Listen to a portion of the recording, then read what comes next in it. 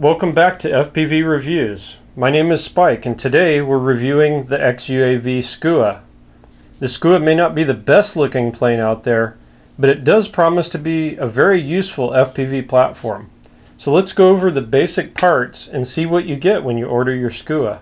So this is the fuselage center section with carbon fiber rod and servo holders. So as you can see, the carbon fiber rod extends all the way to the front motor mount, and the two are interlocked with the screw.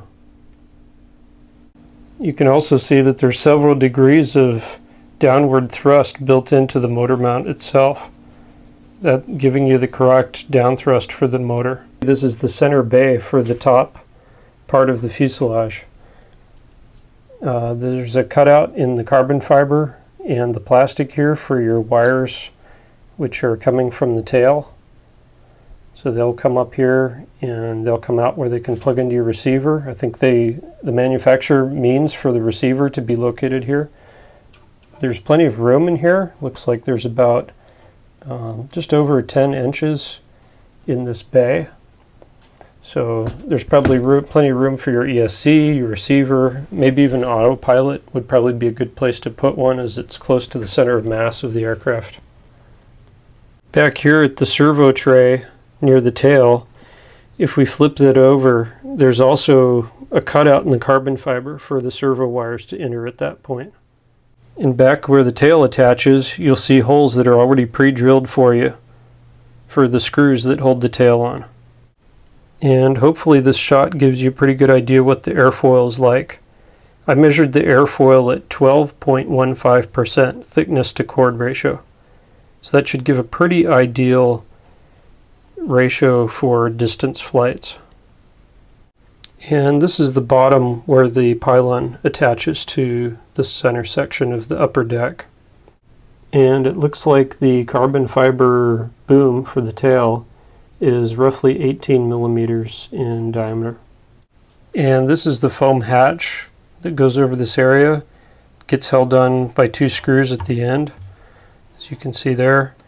And I've heard talk of people putting a recovery parachute in this area, and it would seem that one could certainly be fabricated to fit inside here.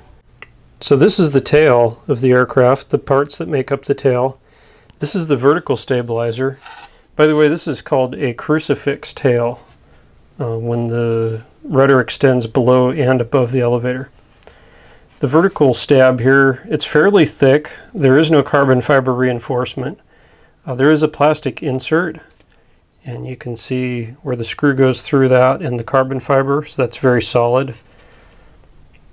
And it also has a pretty nice and aerodynamic skid on the bottom that's pretty tough to prevent the rudder from getting damaged when the tail strikes the ground, which, given the design and the layout and how it sticks below the aircraft, it is very likely to do that, but it should not be a problem. Here's the rudder. A lot of people have criticized the Skua for the size of the rudder, but I haven't heard that from anyone that's actually flown it. I'm guessing the layout and the amount of dihedral it has, also the fact that it has ailerons, I really do not think that's going to be a problem, but we will see. You can see the control horns are not installed yet. You will have to do that, although most of the work here has really been done for you. I was surprised and impressed to see that the horizontal stabilizer actually is a lifting stab, has its own airfoil. So that should improve efficiency a little bit at least. This aircraft has some very nice decals. Looks like the size of the elevator is more than adequate, which I always like. And again, there's a interlocking piece of plastic which will lock into the carbon fiber tail boom, and which also locks into the carbon fiber reinforcement that comes embedded in the horizontal stabilizer. And here we have the right wing, and as you can see, this wing has quite a bit of carbon fiber in it. These are all carbon fiber tubes. They slide into or around the joiners, so there's really a lot of carbon fiber in this aircraft. If you flip it over, you can see these two extend out to the brake dihedral of the aircraft for the front and for the back. The middle one is a bit unique. The carbon fiber joiner goes out to about the brake, but there is carbon fiber embedded in the wing, and somehow they've managed to have a bend in the piece of carbon fiber that's embedded in the wing. And that's a really nice feature because they've managed to extend the carbon fiber in the wing almost out to the wingtip. So unlike the Skywalker and some other aircraft, like say the Easy Star or the Bixler, the carbon fiber tube does not end out here and have this big piece of foam flopping around. This is truly a really strong design and a strong wing. This is the kit version, so the servos do not come installed, as well as we talked about the control horns do not come installed. This is the aileron. As you can see, it's not exactly all the way out at the wingtip. The movement is pretty easy. It's uniform. I don't see any problems with it, and it's a fairly large aileron. This aileron could also be used as flaperons, so you could drop both of the ailerons down for brakes or to create a little bit more lift perhaps. And so that is the wing. I also liked the wingtip design. It's flared up a bit at the tips and also swept back and angled out. So if you can see this, the wing starts, the leading edge sweeps back from this point where the dihedral is. From this point out, there's a sweep in the leading edge of the wing. So that's good. It should actually promote spiral stability for flight dynamics for the aircraft. So these are the carbon fiber tubes that are the joiners for the two wings and that lock together the center section with the lower cargo pod. One thing that's changed from the prototypes that you've seen on YouTube perhaps up to this date is the landing gear. They've gone now with a solid landing gear for the outriggers, I guess you would call them, or training wheels for this aircraft. I say that because the main gear is actually single wheel, and these are simply to help the aircraft keep it from flipping over on its side or dragging a wing on during takeoff or landing. So I believe that should be a good improvement for the aircraft. This aluminum is pretty stiff. The wheels appear very firm and durable, so that should work very well. So here the landing gear just gets screwed with the 3 screws they supply to the plywood backing plate that's already installed for you. Moving forward here to the main or nose gear, you can see it's a little bit larger wheel than the others, and it turns freely and also has really good support all the way back up inside the fuselage. It's also a very stiff, tough foam rubber, and looks like it shouldn't be wearing out anytime soon. I was a bit concerned about all the weight being on this wheel, but after I feel it and look at it, it looks like really good quality. So with the exception of screwing on the landing gear, this is exactly how the center section arrives. Everything's assembled for you for the most part. There's some clamps here that will hold the front on of the dome. There's holes for the recessed screws. So you basically slip the dome on, tighten those screws. That should hold it in place. There's ventilation up here, air inlet for cooling for the components that will be mounted inside here. The foam is very durable, very tough feeling, fairly dense for EPO, and has a very nice fit and finish. These doors come pre-installed with I believe it's carbon fiber hinge down there. They have these little red handles, and they just pop open. There's another one on the other side. So you've got lots and lots of room inside here. And As you can see, it's all the way back. It's held together from front to back with these carbon fiber pultruded rods and has a plywood substructure. So all looks very strong. Lots of room there. The only thing that's not very accessible is the area in the tail cone. But I suppose if you were to let out this small foam piece here, you could get access to that area as well. So,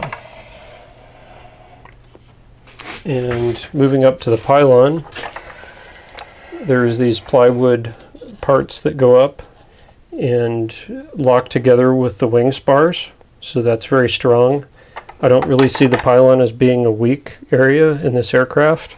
Unless you were to have a very hard crash, I think it would be fine. Can probably take quite a bit of abuse. This is the dome that comes with the Skua. As you can tell, there's a slight down angle to it, so it's meant for your camera to be inside and to be facing slightly down.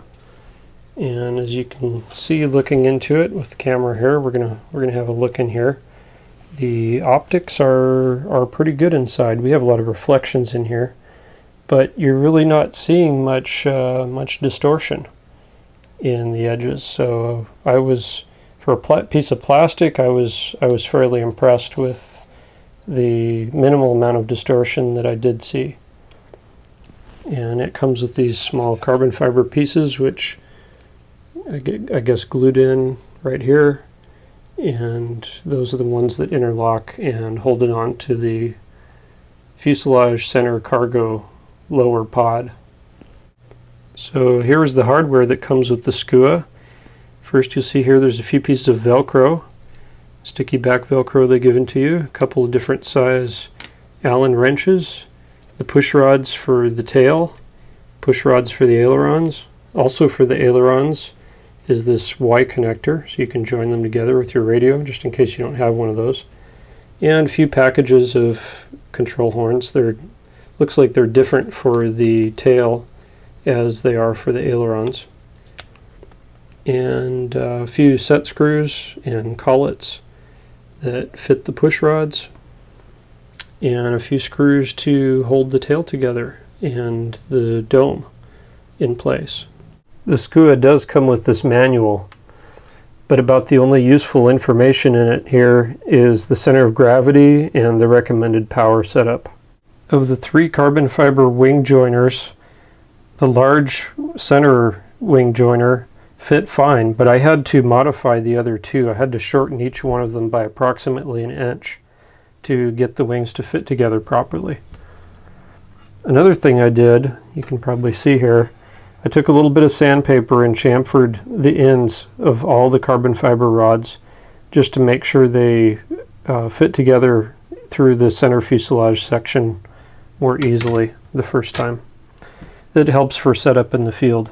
So instead of mounting the servos in the tray for the tail, I've discarded the tray and I've run the servo wires out directly, and I've simply cut holes in the foam, rectangular size holes, plugged the servos in. Then the wire that comes out the back side, I've made a little groove, so I simply run those into the hole in the carbon fiber here at the bottom, and the wires are nicely concealed as they were meant to be inside here. I've also substituted the push rod for the elevator servo here with a beefier one that uses a clevis, so it's adjustable.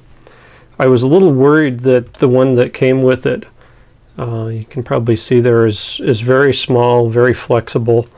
I don't think it would have been very good at pushing the elevator in case there was any larger aerodynamic forces present, say in a dive. I think it might have just buckled when it was in compression, so I didn't want to see that happen, and this is my mod. There were some extra parts that came with the Skua, which I did not end up using, including an entire bag of control horns, and there was 1 extra control horn of the type that was used, and a few extra miscellaneous screws that there's no description or indication where they might go. So we're ready to send the Skua up for its maiden flight. what we've got here, we've just put a 2.4 gigahertz radio system in it. We don't have, right now, we have on order the proper motor and prop combination and a different ESC and a special battery recommended by the factory. What's recommended is a 1200 kV motor, a 10 by 5 thin electric prop, and a 4-cell 10,000 milliamp lipo battery.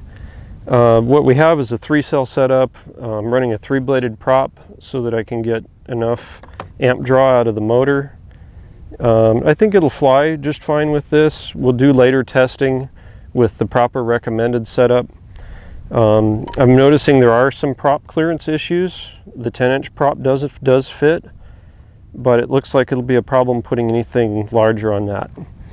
And we've also made a simple GoPro mount for the front of the dome, so we'll see how that works out.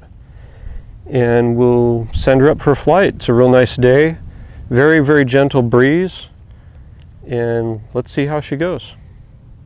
Here goes.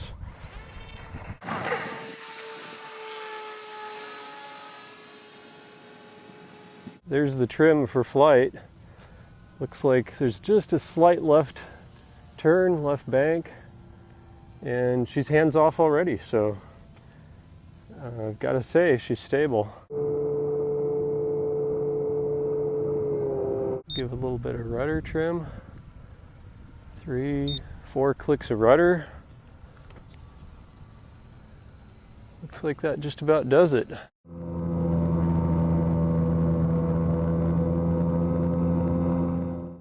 We'll come around and practice doing a couple stalls.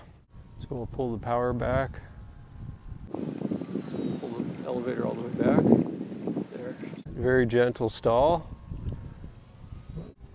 Let's try a power stall.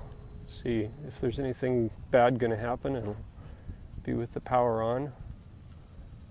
Get even a little more altitude here. Let's see.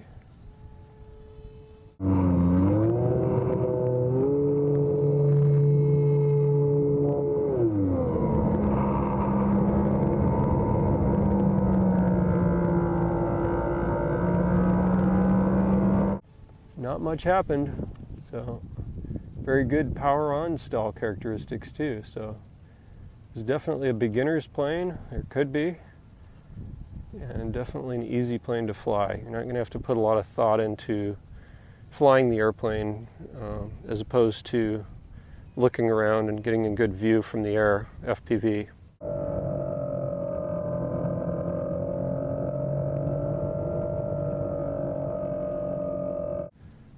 So now we'll come down and do a couple of flybys and get a feel for what the landing approach will be like.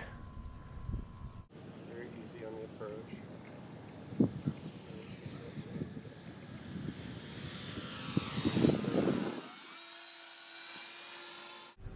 Now I've mixed in some rudder with the aileron, and it seems to be making a coordinated turn very well.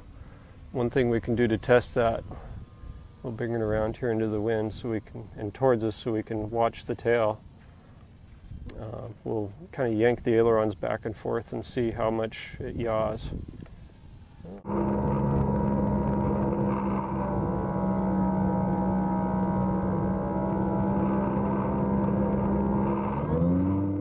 Not bad. Looks like we've got that mix just about right on the first try. I believe I mixed in about 75% rudder with the aileron control. Next, we're going to pull her back into the wind and throttle up a bit in level flight and see what the cruise performance is like. Just get a feel for it.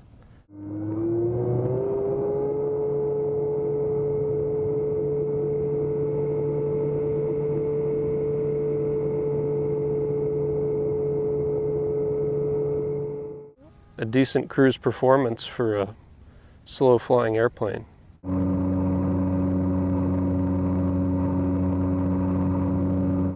The aircraft's very stable. Anytime here I can just take my hands off the controls. Nice, slow, efficient cruise. Well, we'll bring her in for a landing here.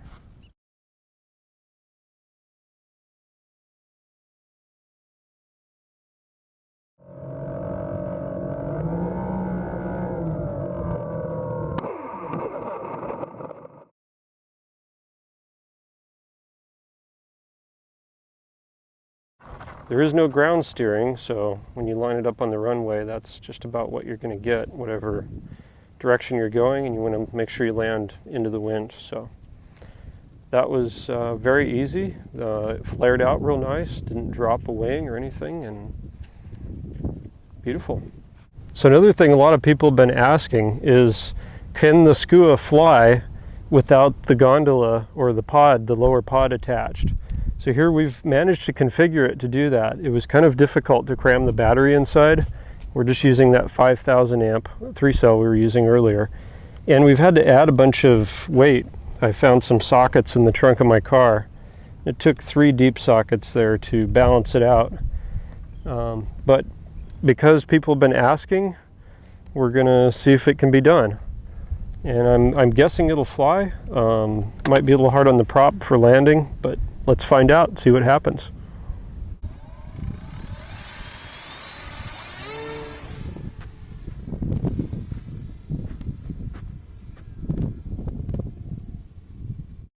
It does fly.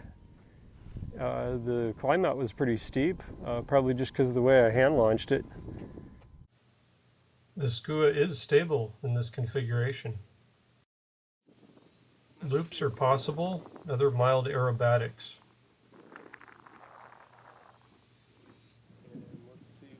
Even rolls, as demonstrated here.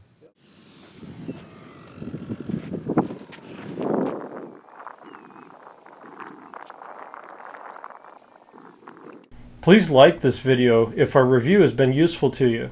And if you've been thinking of purchasing the Skua, hopefully now you know if it's right for you. Please leave any comments or questions you have in the bottom. We'll do our best to answer them. Also, you can visit our website now for more information on our advanced FPV projects and to find plans for the Gemini. We'll put a link in the description of this video. Also, don't forget to subscribe so you don't miss any future episodes of FPV Reviews. Thanks for watching, and we'll see you back on this channel real soon. Have a good one. Gotta go get Dad a burger. He's hungry. Bye.